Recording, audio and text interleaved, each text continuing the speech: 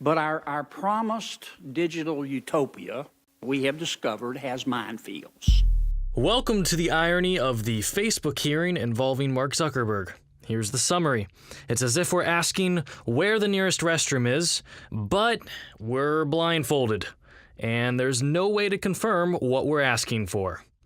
Just a quick note, the videos have been sliced in a fashion that you can see very transparently. This is only for brevity, and if you view the original hearing clips, you will see that the slices have kept the integrity of all the statements. Enter Zuckerberg's responses. Some are of legally defensible nature, others of technical nature. The goal today is to explain the technical responses, evaluate some of the legal ones, and look to the implications of the hearing moving forward. Then I assume you're willing to give me the right to say, I'm going to go on your platform, and you're going to be able to tell a lot about me as a result, but I don't want you to share it with anybody. You already have that ability today. People can sign on and choose to not share things and just follow some friends or some pages and read content if that's what they want to do. Yes, it's true. You can selectively share content with certain persons or groups. But it's naive, with all we know about what Facebook collects, to take these comments as transparent truth. Tons of information is being collected from your Facebook usage, even if the mentioned usage is all you use Facebook for. Interests, page likes, posts you comment on, profiles you visit, the list goes on. Every day, people come to our services to choose to share photos or send messages, and every single time they choose to share something, they have a control right there about who they want to share it with. But that level of control is extremely important. They certainly know within the Facebook pages who their friends are, but they may not know, as has happened, and you've conceded this point in the past, that sometimes that information is going way beyond their friends, and sometimes people have made money off of sharing that information. Correct? Senator, you're referring, I think, to our developer platform, and it may be useful for me to give some background on how we set that up, if that's useful. This is one of the main issues prompting this hearing. Zuckerberg more or less redirects the response to a general overview of the developer program, which is accurate, but not very helpful. Data has been accessed by third-party developers without users knowing or agreeing. And perhaps it still is. We don't have much of a way to verify since we can't look at all of Facebook's code. And why would Facebook let us? Why would any closed source company allow you to, for that matter? Was your data included in the data sold to the malicious third parties? Your personal data? Yes. It was. When did Facebook learn that Cambridge Analytica's research project was actually for targeted psychographic political campaign work? And when you learned it, did you contact their CEO immediately? And if not, why not? Congresswoman, yes. When we learned in 2015 that a Cambridge University researcher associated with the academic institution built an app that people chose to share We know what their data happened with them, but I'm asking you. When we learned about that, we shut down the app. Did you speak to their CEO immediately?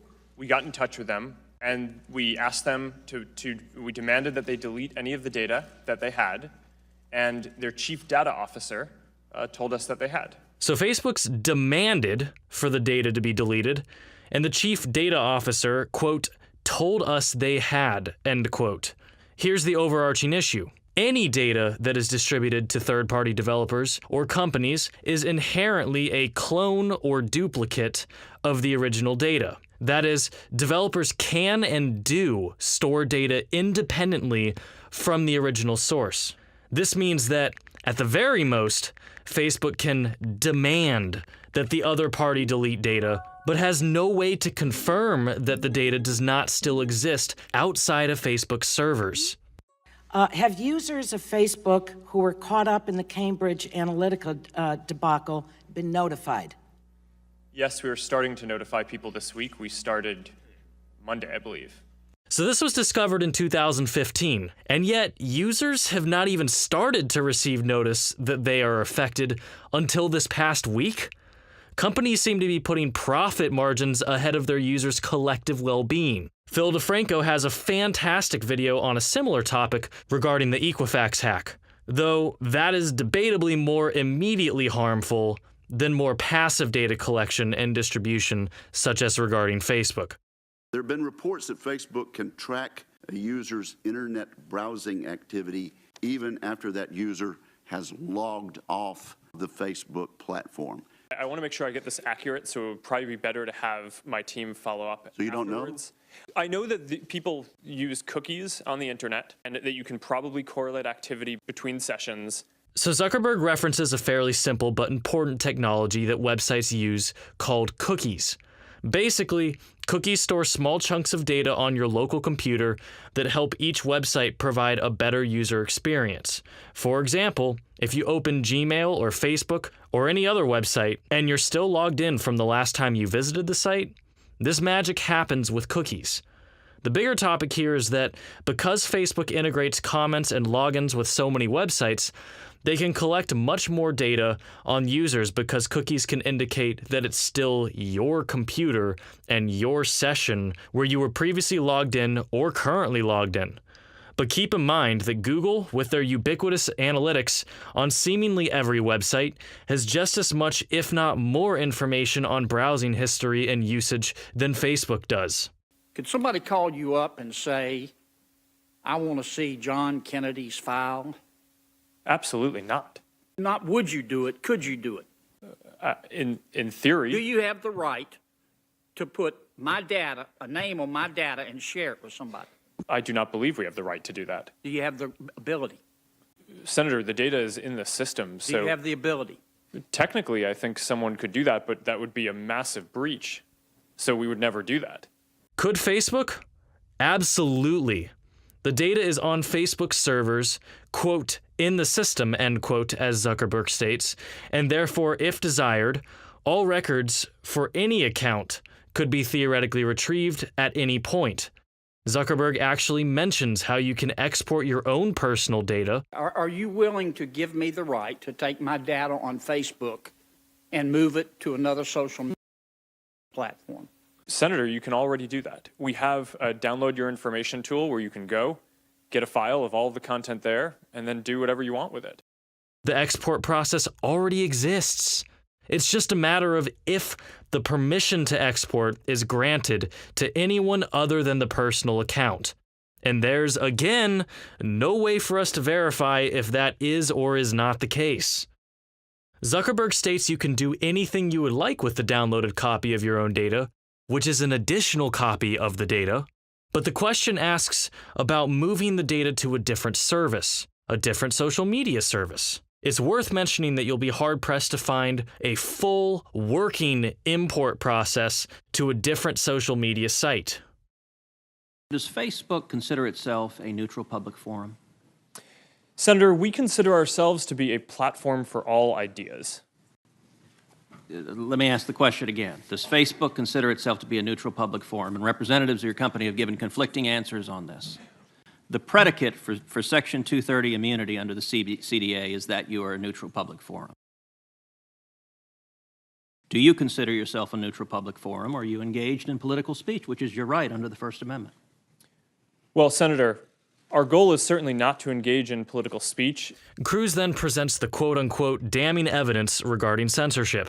There are a great many Americans who I think are deeply concerned that Facebook and other tech companies are engaged in a pervasive pattern of bias and political censorship.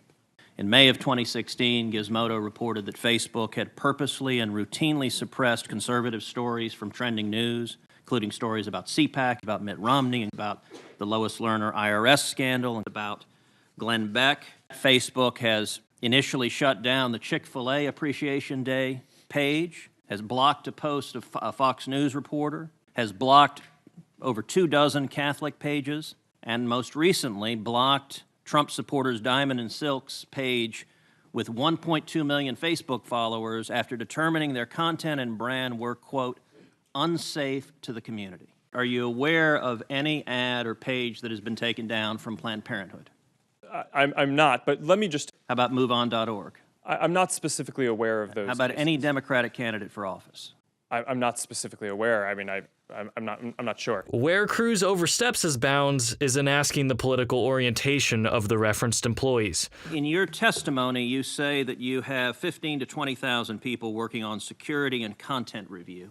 Do you know the political orientation of those 15 to 20,000 people engaged in content review? No, Senator, we do not generally ask people about their political orientation when they're joining the company. Legally, a company isn't able to discriminate based on grounds such as political ideology, so this pursuit was pretty pointless. I say this gently. Your user agreement sucks. The purpose of that user agreement is to cover Facebook's rear end. It's not to inform users about their rights. Now, you know that, and I know that. As is every user agreement in existence. You want it written in English, in non-Swahili, so the average American can understand it. That would be a start. Are you willing to work on giving me a greater right to erase my data? Senator, you can already delete any of the data that's there or delete all of your data. Are you willing to expand that, work on expanding that? Senator, I think we already do what you're referring to, but certainly we're always working on trying to make these controls easier. As stated previously, erasing data will not guarantee that third parties do not still have a copy of it. What are the protections that are going to be put on the books for their families, but especially for their children? Would you support a privacy bill of rights for kids where opt-in is the standard? Do you believe we need a law to do so? Yes or no? Senator, I'm not sure if we need a law, but I think that this is certainly a thing that deserves a lot of discussion. I couldn't disagree with you more. We're leaving these children to the most rapacious commercial predators in the country who will exploit these children unless we absolutely have a law on the books. Even if a law is on the books, there is still no way to verify what is or isn't collected. If I buy a Ford and it doesn't work well and I don't like it, I can buy a Chevy. If I'm upset with Facebook, is it an alternative in the private sector? Well, we provide a number of different services. Is Twitter the same as what you do? It overlaps with a portion You of don't what we think do. you have a monopoly? It certainly doesn't feel like that to me. The monopoly argument is moot. Facebook provides dozens of services, and different brands compete with different Facebook services. That's what happens when a technology company continues to expand over years. They create more and more products and services. The monopoly argument is basically comparing apples to every type of fruit in existence.